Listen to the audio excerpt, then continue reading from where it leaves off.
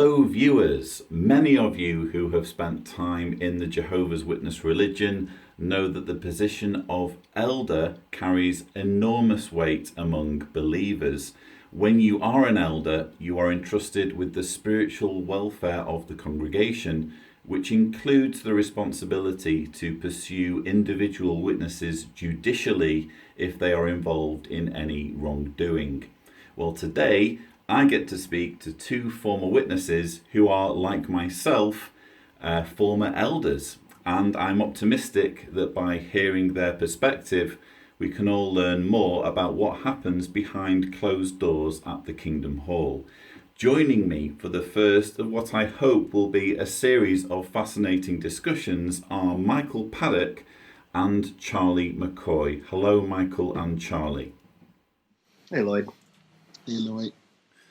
Okay, so I'm not quite sure how this is going to show up on the video when it's finished, but joining me with the slightly lighter background is Charlie McCoy. Charlie was baptized at 18, went to Bethel aged 20, and was an elder by the time he was 26, with a total of 12 years of full-time service, 10 years of which was spent serving at Bethel. Charlie says it was during his service in the Brooklyn Heights congregation alongside a governing body member that led to him finally waking up. I'm sure I'm fascinated to hear more about that story. And Michael, with the slightly darker background, is a fourth generation ex-Jehovah's Witness who was appointed an elder aged 30 and who served for around 14 years in that role. Apart from pioneering during some of his elder service, Michael also received temporary assignments at Bethel and once turned down work as a substitute circuit overseer. So that's our panel of ex-elders, so you understand where they're coming from. We're now going to proceed with a series of questions, and I'm going to leave it to Michael and Charlie to decide which of them answer first. Our first question is, what motivated you to serve as an elder?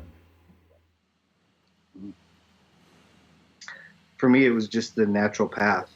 Being a fourth generation witness, my father, grandfather, uncles, everybody followed that same path. So it just seemed like what I was expected to do. And there was never any question that that's what eventually I would do. Interesting. Yeah, and I second those sentiments, but to add to those, I would say that as a young man in the organization, in order to be mature or to be viewed as successful, that's the path, especially if you find yourself at Bethel. And being an elder is almost like a badge. And I look at it now like that. When I was in the organization, I didn't look at it like that. I wanted to be a shepherd. I wanted to help. But once I actually ended up on the body, it was just a lot of yes, yes, nod your head, raise your hand, But, I think initially it was a goal, a status, a success symbol in the organization, a spiritual badge, Indeed. I echo those sentiments. I think that there is an element of ambition. I think that when you are a witness, you are basically taught to be ambitious. You're taught to want to receive more assignments in the organization, because by doing that, you're closer to the center of the organization where everything's happening. And there's also an element of fulfilling the expectations placed on others. And obviously, Michael, you mentioned about family and about how that factors in with things. So I definitely relate to those sentiments. So what was the high point of your time as an elder? Maybe if we begin with Michael. I mean, honestly, I had several high points, several things that I got to do that were, viewed as privileges. And it just, we helped start a foreign language group, things like that. But I think probably the thing that thrilled me the most was I'd given a district convention part, finished the part, and a prominent brother in the area, Malcolm Allen, came and told me, "You nailed it, boy. You did it. That was perfect." And that was just hearing that praise from a fellow respected elder. To me, that was that's what I was looking for. So after getting that positive feedback, that was like the pinnacle for me. And I think a lot of the what I would call best moments as an elder were things where you get a lot of, praise and honors heaped on you. Basically, it's a big ego feed whenever you get to do things like that. And came to realize later that that's really a lot of what that was. But at the time, boy, it sure felt good. It does feel good, doesn't it? And Charlie, do you have any similar high points that you can reflect on? I think I have two answers to that question. One answer is how I felt at the time. And how I felt at the time is when you're made an elder at Bethel, it unlocks certain privileges, like being like a department overseer. And also you get to go to special meetings, and there's just a little bit more of freedom you kind of have in that arrangement at Bethel when you're an elder. And that was a high point. Like you're able to be used earlier for district conventions and for other cool little things like that. But looking back now, what was interesting to me was I got to hear conversations, like honest conversations from elders about the organization. And some of those conversations to me were like eye-opening. Like I remember being in meetings where it was maybe like an assistant overseer and an overseer. And because I was an elder, they would say things like, sometimes I wonder if this organization is being run by men or by Jehovah. And so they would expect that you were spiritually strong enough to know that, that's just me venting, but, everything. So I got to hear a lot of those as an elder looking back. And at the time, I just thought, oh, okay, they trust me. Let me just, keep the secrets. But you just get exposed to more like of the organization, the underbelly of the organization. And I'm wondering if you can share a little bit more about, you mentioned about being in Brooklyn Heights congregation and serving next to a governing body member, and that kind of playing some part in your waking up. Could you share a little bit more about that? Yeah, I'll be brief. That had to do with, so as a Bethelite, when I first got to Bethel, everybody's watching you all the time. You can't miss a meeting, and they're on your back. And then as you get older and then you become an elder, you can be going a little bit more. As I entered the Brooklyn congregation from like my experience in Chinese and in Wallkill, like it was just the wild, wild west. Like the actual governing body members were never there. And like we had so many elders that no one kept account of you. And it was kind of cool, but we were able to travel and be a little bit loose with our meetings, which helped me wake up. I guess, yeah, that's your answer to your question. Okay, one thing that stands out is the brothers asked me to assist with the time. And I got a chance to see everybody's time for the last 2 quarters, I think 6 months before the CO came for his upcoming visit. When you say time, you mean the hours spent preaching? Yes, for those who don't know, our terminology is hours spent in the ministry. And I would see people in the hall who I knew were struggling. Like one time a sister came up to me, hair was all crazy, and she had this wild look in her eye, and she was saying, I can't wait till Armageddon comes because I don't know if I can make it. In fact, I don't want to make it. I just want the end to come. She was just stressed. It was just stress. I get it. But I would look at her time sheet, and she would put in 87 hours a month.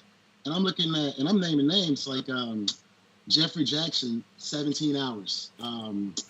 Splain was absent. It was saying like 9 hours. But these guys obviously were doing theocratic things that no one could check them on. But to me, as like a person who was working at the time, because I was coming back as a commuter, I just saw the disparity. And, I get like, as a person, as a brother, and as a person privy to that, I could use that to my advantage and disappear too. And I did a little bit, but like, it's not fair that these people are really wasting their lives away while these guys are jet setting. Yeah.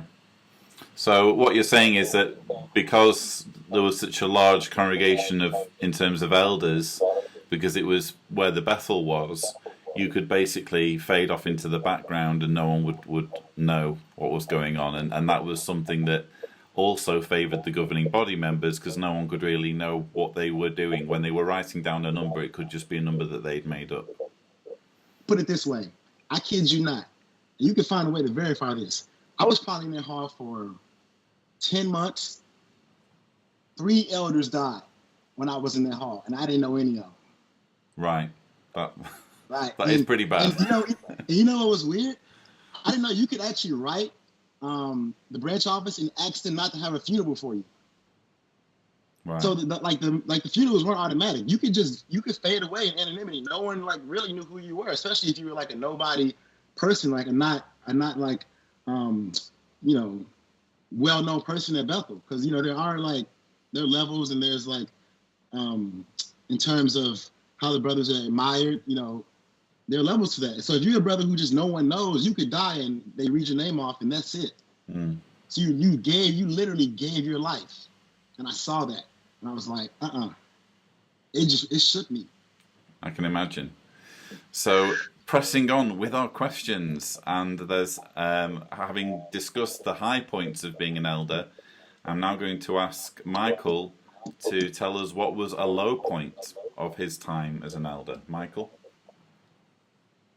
That one's kind of tough. I think this will play into a later question, but I remember the brother that was when they changed the terminology from presiding overseer to coordinator of body of elders, he became the coordinator of body of elders, and I had been the PO before him, so he and I were very close, and it came out that his wife had been running around on him for quite a long time. And I was selected to be a part of that committee. And that was a really hard one because I was close to these people. They were family to me. And I really wanted their marriage to work out, to stay together. So, as we met and I was the chairman of the committee, we went through the process judicially with her, and we determined that she, was repentant, and, so they were going to work it out. They talked about at that meeting, working it out. They were going to really try together. Well, since he was the coordinator of the body of elders, I was required to call the circuit overseer to tell him the outcome of this meeting. And when I told the circuit overseer, he got mad at me that she was not disfellowshipped, and told me that according to the direction, the punishment should be commensurate for the crime. And we needed to re-meet with her and determine what really ought to be done. And the way that things were stressed, the way that it was directed, it was obvious what was expected of me. And I was in turmoil for a couple of nights trying to, reconcile in my head the fact. And so we found a reason to ask her back in, talk to her, and she was disfellowshipped. And that still haunts me, that basically that undue influence that the circuit overseer had, because he wanted to see, in his eyes, justice done, and it didn't feel like it. And shortly after that, their marriage broke up, and I feel like it would have had a shot had they been able to, had things gone according to the way that we had found initially. I don't know that for sure, but that's one of those decisions that just haunts me, that whole episode. I hate all the judicial meetings that I was in, but that one really sticks with me. So I'm right in saying that the circuit overseer wasn't interested in whether the elder's wife was repentant or not? No, not at all. He wanted to see something that in his eyes would show equal justice. She was out for this long, with her affair. She needed to be disfellowshipped for however long in order to show that things were equal. So there was no real mercy that he was shooting for. It was a true, punishment type situation. Wow. And what's interesting is, like, in the Shepherd book, it talked about, this is the handbook for elders, that there should never be mention of any sort of outside influence on the committee. I remember specifically, it talks about never say that the committee was directed by this, but this is why, because it does happen, and for it to come out and to see how unfair this was to this poor family, it shows how high control the whole situation was. Well, I'm bowled over by that, because I've obviously just written a book that deals with that side of things, and when you read that chapter on the judicial process, it's all weighed on how repentant they are. That's really the whole point of the judicial committee meeting, is to find out whether there are works befitting repentance. You're telling me that it doesn't always work out that way. No, and especially in this case, because the circuit overseer, he had sort of adopted this the coordinator of the body of elders, as a son. They were very close, and I think he personally felt the need to get some sort of vengeance for him. Mm. Wow. And Charlie, do you have any low points from your time as an elder?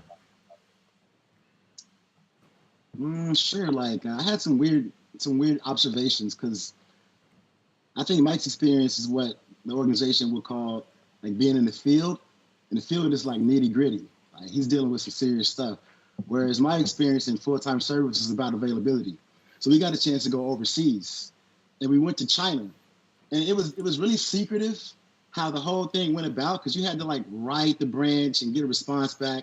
So when I got over there, I was expecting this like super cool network of like organized. I just didn't know what to expect, but the way it was presented was like this is the like Navy SEALs of being in the organization. And I was just looking for like another reason to like indoctrinate myself. Let me do more, because whatever's getting old and I'm waking up and I'm feeling spiritually weak. So I'm just looking for whatever. So we went over there. We were there for 10 days in this city called Qingdao. So we're in this couple's house, and they're just like kicking back. The guy works like 3 hours a week teaching English. I'm like, so what's going on? They're like, oh, we're just hanging out. So we go to a meeting, and they're like eating soup and like, checking over their shoulders. But it's just like a chill fest. And they're talking to people, and anybody they talk to counts as field service. And here I am in the States, like in depression, because I'm trying to get hours, because I'm trying to reach out. And they cross the seas, like in Jehovah's organization, where it's like the need is great, relax and chill and having fun. And I want to go over there and experience it, but then I realized it's China and it's weird. And I'm like, this is what I've been hoping and dreaming about.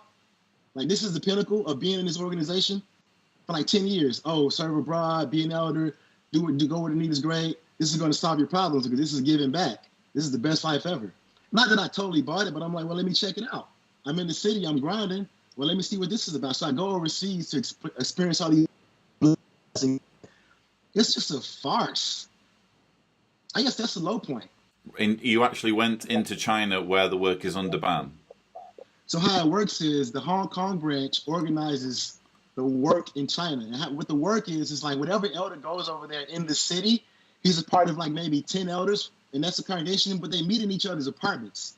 And they kind of like in small groups, and they go out and they recruit, and they indoctrinate people. I think you mentioned Amber Scora's story. Yeah. And people come in slowly, and they like lose their entire family to come into this cult. But really, it's just a vacation. It's really just a vacation. Right. Like people go over there. Like you want to know something that I found out from an elder, being honest? People go over there and leave their spouses, because you're off the grid. Literally, you're off the grid. Like there's no way to keep track of you in your hours. You just kind of report what you're doing, and they write a loose report to Hong Kong because the work is under ban. But there are a lot of groups over there, quote unquote, evangelizing. But the whole thing is just vacation. It really is. In the context of what we're talking about, is being an elder, reaching out, having a low point. Like, this is supposed to be the best life ever. I mean, so it was have a great life. So it was a low point for you, because you'd expected this to be like the pinnacle of your career in the organization, and it turned out to be, like you say, just a farce.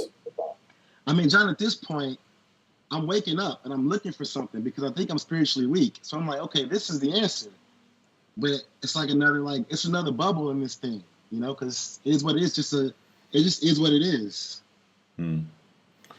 Interesting. Well, there you go. If you need to do a really good fade and you're happy to travel, the place to go is China, apparently. Literally. and Michael, we need to move on to our next question. To what extent, because obviously a lot of what I deal with on my channel, particularly on the Watchtower in Focus episodes, pertains to child abuse. I didn't really encounter that during my time in the organisation, and I'm just trying to get a feel for whether that's common among others. So, to what extent have you encountered child sex abuse during your elder service? So there were a few things, and I think it's part of the problem is the way that the organization defines the problem, in that anytime a minor is involved in any sexual activity, they lump it into the same group as child sexual abuse. So the direction is always call the branch. So if you had a couple of teenagers that had sex, like a lot of teenagers do, you had to call the branch. So I don't know how many times I called the branch, but you'd call them, tell them the situation, and then they'd tell you, yeah, you don't have to report that to the authorities or whatever. We did. There were a couple of situations where I did have to call because it was a true child abuse situation. And I remember in talking to the person in the legal department, they only use first names. I even asked him, what was your name again? And he was like, no, last names aren't important. It's not a problem. And of course, that never clicks with me because I think, yeah, you're right. You're my brother. I can trust whatever you say. But it's just to get themselves, legally clear in case they give bad advice. So we had in our congregation, we had someone that was definitely an offender, and it moved from way up north down to Texas, and nobody knew, that was his situation. We had a big red file on him that said do not destroy, and it told us all the details of his case, but we did not tell anyone else in the congregation what was going on. We tried to keep an eye on whenever it was time for making field service arrangements that he didn't get put with kids and things. But whenever no elder is out in the middle of the week and it's a ministerial servant given, putting the groups together, there's no telling what happens, as far as who he gets put together with. So that's kind of my involvement with him. I've had to call for advice a couple of times, and then, be in a situation where we had to watch somebody for a while. And how do you process that once you wake up and you find out how widespread the child abuse problem is, knowing, you'll actually be able to visualize in your mind what this man looks like and the fact that he's a Jehovah's Witness. How do you kind of reconcile all that?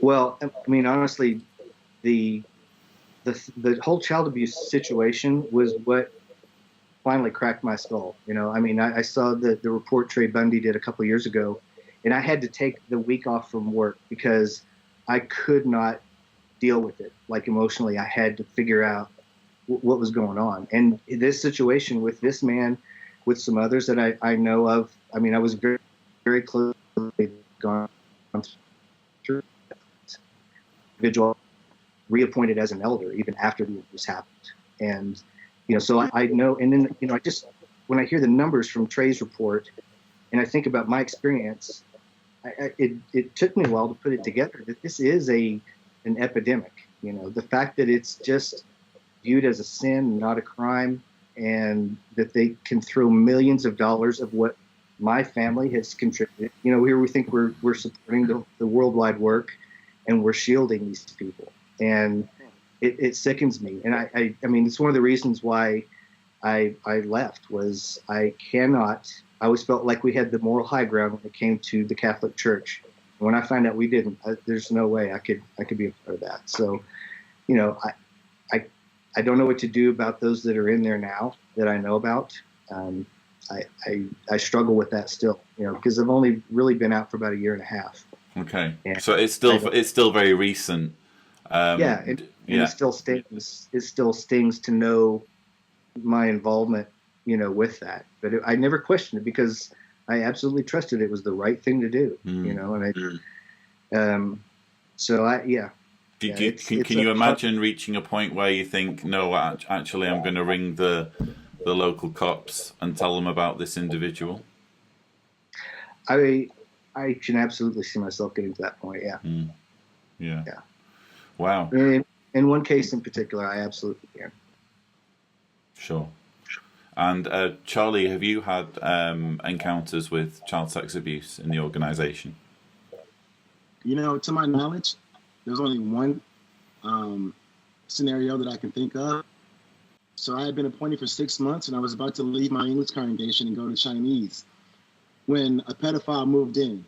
So when this guy moved in, when he first showed up to the hall, we had a meeting, like an emergency elders meeting on a Sunday. So we get back there, and our coordinator, he was pretty shrewd. His name was Bob Vaught. He goes, "Yeah, these guys never changed their spots." That's what he said. So he said he assigned 2 brothers to keep an eye on him he told everyone to make sure he never worked with children, and they were also supposed to meet with him and tell him he was never supposed to work with children. Eventually, I left the hall, and the last report was that something happened. There was an incident. He was out, and I remember the name of the kid. I protect that was brought to my attention, and I did kind of like feel sad about that. I was still in, and I had moved on, and I just now kind of like that was brought back to my memory. But I think the problem is our coordinator didn't like the guy, and he wanted to do more, but the policy restrained him. And because he was a good organization elder, his hands were tied. So even if there are elders who want to do more, if they want to keep their privileges in their family, they kind of can't. Sure. Because if it's anonymous, they know it came from somewhere, and they, it's only 7 guys on the body, so I'm just astounded because obviously you and I, the three of us, didn't really know each other prior to maybe a day ago when I was preparing this show. And I wasn't really expecting both of you to have had experiences with child sex abuse. And I hear 2 very disturbing stories that indicate that, yes, you did have experiences. So that alone, the fact that I kind of randomly chose you and you've had these stories, that I find that quite chilling, quite frankly. So you could pick just about any elder and the same thing. And let me just make one more comment. I know Mike feels the same way, and I feel the same way. For any elders who are still who are looking at this and who want to do more, like, everyone understand, for them to actually like keep the status quo and protect whatever they have, what semblance of a life they have they kind of can't do anything because of the policy. So the problem literally is the organization. Literally. The policy needs to change, because if they want to do more, they're at risk. And they, some of those brothers don't want to risk that. You can't blame them, because there's a process that the law needs to investigate. There are people who have training for this. So it's tough. It's a really messed up situation. Indeed. Yeah, it's not just a case of a few bad apples. These bad apples are allowed to proliferate because of the policies. So we're coming up to our final question, but before I ask that, have you ever been involved in disfellowshipping? Well, we've heard Michael's story. If so, have you ever felt that disfellowshipping was unjust? I think you mentioned, Michael, that you did feel it was unjust. Was that the only instance? Well, no, I mean, there are others. I think about, especially because this was my experience too. I experienced this from the other side. Issues with addiction, that's something that's looked at as a moral failing and not the disease that it is. And the worst thing you can do to an addict is put them by themselves. And that's what disfellowshipping does. And so, I think about in cases where I dealt with drug abuse, if we would disfellowship this person, we rarely saw them again. I mean, rarely. And that's what happened to me. I was disfellowshipped because I had prescription drug abuse, which I had never heard of anybody being disfellowshipped before for that. And yet that's what, got me out was after a back surgery. I had problems breaking it, and they decided that was a moral failing. And so for a couple of years, I struggled by myself to get back. And, that perspective, looking back at those that I did the same thing to, that's another thing. And I've tried to contact some of these people that I can remember, try to find them just to let them know I'm sorry. There's a way back, to normal life outside of the organization where you can still do that. And, that sort of opened my eyes too, because I got connected with some recovery organizations where I saw the same love, concern, and brotherhood that I was told was unique to the organization. And I realized, this isn't quite the special little flower that I always thought it was. So I think as far as disfellowshippings go, the ones that have to do with drug abuse and alcohol abuse, I feel the worst about. Sure. And Charlie, are there any disfellowshippings that you look back on and think, no, we made the wrong call? Honestly, no, not to recollect. I was involved in cases that ended up with reproof, the few cases that I dealt with. And I will make a comment about the Chinese group.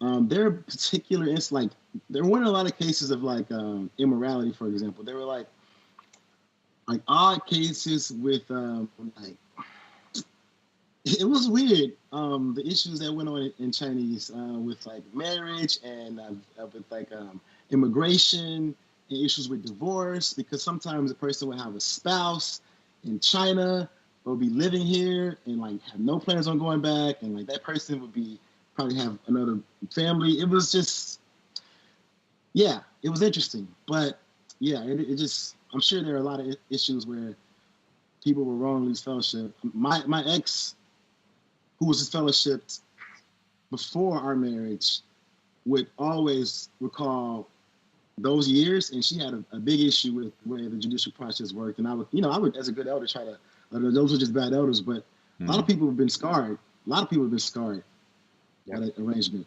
Sure. Yeah, I count myself very lucky that during my 12 months as an elder, I never was involved in any judicial action. So I never came even close to disfellowshipping someone, but it would weigh on me, I think, even though, like in your case, Michael, your mind was not your own when those things were happening. Your mind was in the possession of an organisation and you were doing its bidding. But even so, I can understand why it would kind of play on your mind. And this takes us to our final question. If you could go back and change one thing about your time as an elder, what would it be? And we'll ask Michael first. That's a really hard one for me to answer. I'm not even sure how to do that, because like you said, during that time, I really was not thinking for myself. It was, I had absolute faith that if I followed direction exactly, I was doing the right thing. And whether, it was necessarily a loving thing or not was irrelevant to the fact that I was obedient to the organization. And I think that if I could do anything differently, I wish I had the capability to be more of an independent thinker at that point, and to see, ways to skirt that a little better. But I think that would have just spun me right out of being an elder anyway. So I don't even know if you can do more to be an individual whenever you're serving as an elder in the organization. Sure. I don't know. That's a tough one for me to answer, but I'm more authentic to myself at that point. And Charlie? Yeah, I don't know, Lloyd. That's more of a philosophical question. I think to answer that question, I would have to say the way I behaved as an elder, I eventually woke up. Like I just was a good person, and it's tough to be a solid person through and through when you have to like mold so much of yourself to the group. So I ended up waking up as an elder. I'm actually glad I became an elder, because if I wasn't an elder, I may have believed in the organization a little bit more, but because I knew the secrets, I was like, okay. So, yeah. I can relate to that. I can relate to that because I feel as though my 12 months as an elder showed me that there is absolutely nothing special at all about being an elder. And up to that point, I'd held the role in quite a lot of esteem.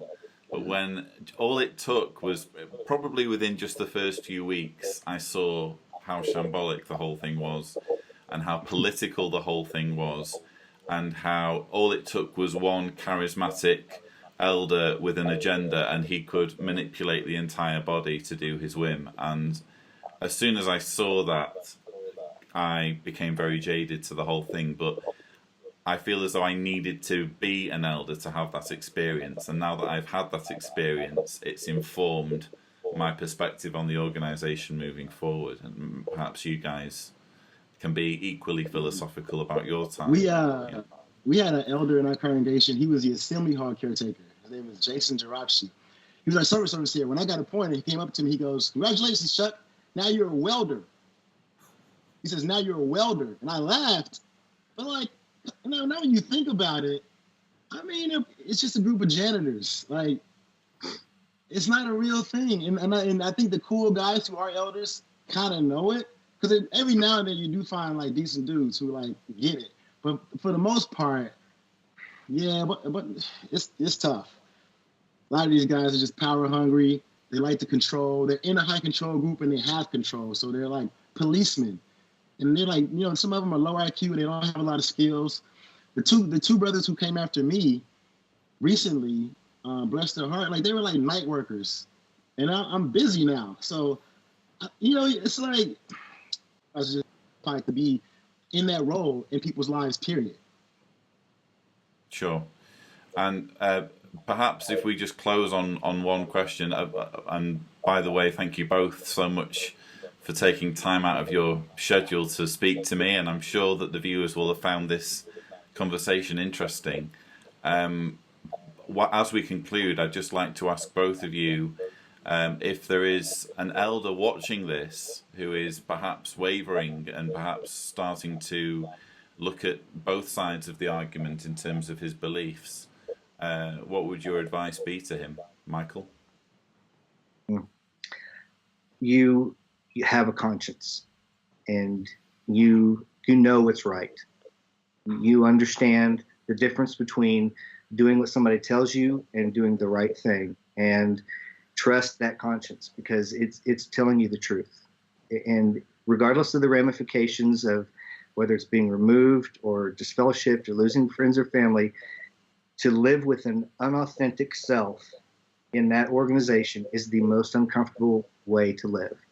So trust yourself, do the right thing. Indeed. And Charlie, do you have anything to add? No, that was perfect. He's right about that. Be authentic. Yeah. Michael, you have received the assignment to give that talk. Congratulations. But no, I second that. Yeah. But no, it's been a fascinating conversation, gentlemen, and I hope that it's actually made me want to do this more. So this will probably be the first of a series of these conversations. But again, thank you so much for sharing your perspective.